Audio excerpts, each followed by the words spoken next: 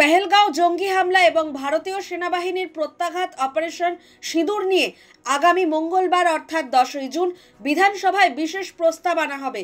বৃহস্পতিবার এমনটাই জানিয়েছেন বিধানসভার স্পিকার বিমান বন্দ্যোপাধ্যায়।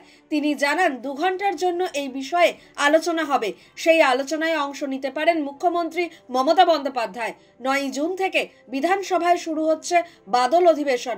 সেখানে পেহেলগাঁও কাণ্ড এবং অপারেশন সিঁদুর নিয়ে বিশেষ প্রস্তাব আনা হতে পারে বলে আগেই জানিয়েছিলেন স্পিকার।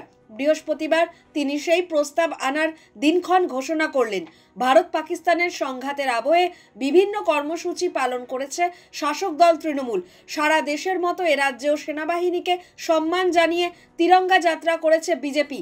মনে করা হচ্ছে সেই আঁচ এবার পড়তে চলেছে বিধানসভায়। সেনাবাহিনীর কৃতিত্ব নিয়ে তৃণমূল এবং বিজেপির কোনো মতপার্থক্য নেই, তবে পেহেলগাঁওয়ে নিরাপত্তা কেন্দ্রীয় সরকারের ভূমিকা নিয়ে প্রশ্ন তুলেছেন তৃণমূল নেতাদের একাংশ।